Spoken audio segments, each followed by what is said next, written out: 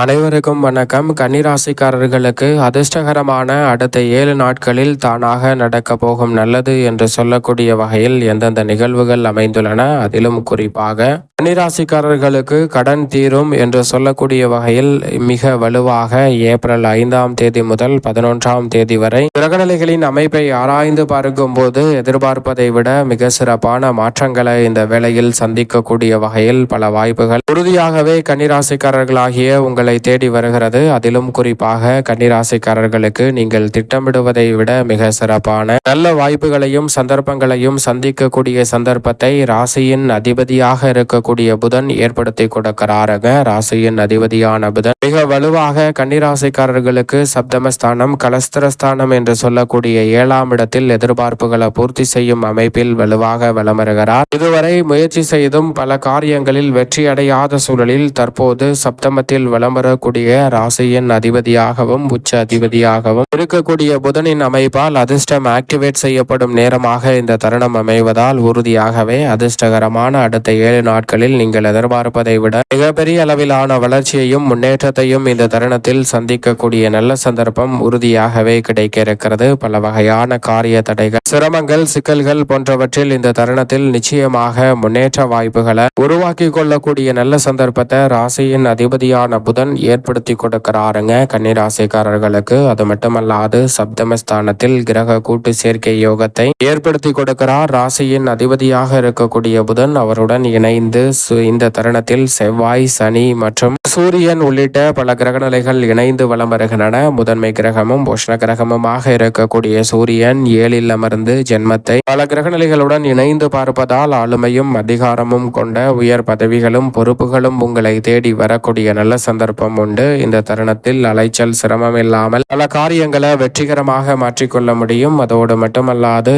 ராசியின் அதிபதியான புதன் அவருடன் இணைந்து புத ஆதித்ய யோகத்தை 7ஆம் தேதி முதல் ஏற்படுத்துகிறாருங்க. எனவே ராசியின் அதிபதியாக இருக்கக்கூடிய புதன் நீச்சம் பெற்றாலும் சப்தமத்தில் இருப்பதால் படன் தேவைகள் உடனுக்குடன் பூர்த்தியாகும். நீச்சம் பெற்றாலும் கூட யோகம் நிறைந்த அமைப்பு என்று சொல்லக்கூடிய வகையில் புத ஆதித்ய யோகத்தை ஏற்படுத்துகிறார். புதிய ஆர்டர்களும் ஒப்பந்தங்களும் நீங்கள் எதிர்பார்ப்பதை விட மனதிற்கு நிறைவளிக்கக்கூடிய வகையில் இந்த தருணத்தில் கைகூட போகிறது. பல காரியங்களை முன்னின்று சிறப்பாக செய்து முடிக்கக்கூடிய சந்தர்ப்பம் இந்த தருணத்தில் உண்டு. எதிர்பார்ப்பதை விட பல நல்ல மாற்றங்களை இந்த தருணத்தில் விரைவாகவும் துரிதமாகவும் சந்திக்கக்கூடிய முதன்மையான சந்தர்ப்பம் கிடைக்க இருக்கிறது. அதோடு மட்டுமல்லாது இந்த வேளையில் அவருடன் இணைந்து சனி வலமருகிறார். சப்தமத்தில் சனி இருப்பது நிச்சயம் சற்று சாதகமற்ற அமைப்பாக பார்க்கப்பட்டாலும் கூட மிகப்பெரிய அளவிலான நெருக்கடி, சிரமம் என்று சொல்லக்கூடிய அளவிற்கு பெரிய அளவிலான பிரச்சனைகள் இல்லை. ஏனென்றால் சனி பகவான் அபரிவிதமான மாற்றத்தை இந்த தருணத்தில் ராசியின் அதிபதியான புதன் உள்ளிட்ட கிரகநிலைகளுடன் இணைந்திருப்பதால் ஏற்படுத்தி கொடுக்க போகிறார். உத்தியோகம், தொழில் ரீதியாக அதிக கவனத்துடன் செயல்படும் போது மிகப்பெரிய அளவிலான திடீர் மாற்றங்களை சந்திக்கக்கூடிய முதன்மையான சந்தர்ப்பம் உண்டு. புதிய வாய்ப்புகள் உங்கள் கதவை தட்டும் என்று சொல்லக்கூடிய வகையில் நினைப்பதை விட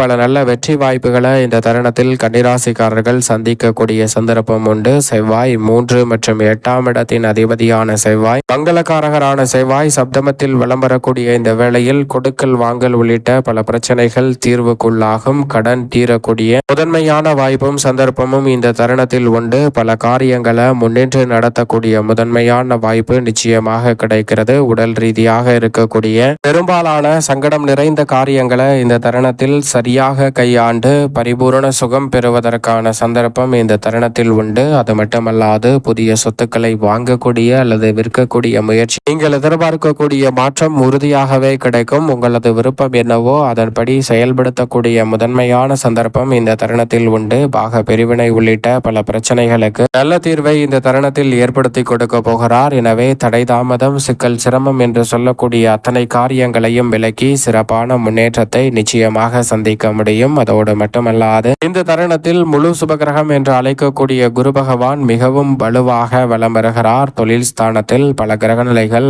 சப்தமத்தை வலுப்படுத்தக்கூடிய இந்த வேளையில் மிகவும் வலுவாக கர்மஸ்தானம், ஜீவனஸ்தானம் என்று சொல்லக்கூடிய 10ஆம் இடத்தை வலுப்படுத்துகிறாருங்க. நவ கிரகங்களிலே முழு முதல் சுபகிரகமாக இருக்கக்கூடிய குரு பகவான் அவர் இந்த வேளையில் தொழிவை நீக்கக்கூடிய வகையில் தொழில் மற்றும் உத்தியோக ரீதியான பணிகளில் இருக்கக்கூடிய பல சிக்கல்களையும் சிரமங்களையும் இந்த தருணத்தில் நீக்கி வெற்றிகளை உங்களுடைய வாழ்வில் ஏற்படுத்தி கொடுக்கிறார். புதிய முயற்சிகள் அனைத்திலும் மிகப்பெரிய அளவிலான அளவிலான வெற்றி வாய்ப்பு கிடைக்கிறது. புதிய தொழில் துவங்குதல், தொழிலை மேம்படுத்துதல் போன்ற காரியங்களில் மிக பெரிய அளவிலான வெற்றி வாய்ப்பு இந்த தருணத்தில் உங்களை தேடி வருகிறது. தங்களுக்கென ஒரு இடத்தை பிடிக்கக்கூடிய வகையில் பல காரியங்களை அடுத்தடுத்து சிறப்பானதாகவும் செம்மையானதாகவும் செய்து முடிக்கக்கூடிய நல்ல சந்தர்ப்பம் இந்த தருணத்தில் நிச்சயமாக உண்டு. அதோடு மட்டுமல்லாது பல முறை முயற்சி செய்தும் வெற்றியடையாத காரியங்கள் இந்த தருணத்தில் அதிர்ஷ்டம் ஆக்டிவேட் செய்யப்படுவதால் நிச்சயமாக வெற்றிகரமாக அமையக்கூடிய சந்தர்ப்பம் உறுதியாகவே உண்டு. நிழல் கிரகமான ராகு மற்றும் கேதுவின் அமைப்பை பொறுத்த வரைக்கும் நீங்கள் எதிர்பார்ப்பதை விட மிக வலுவாக விரயத்தில் கேதுவும்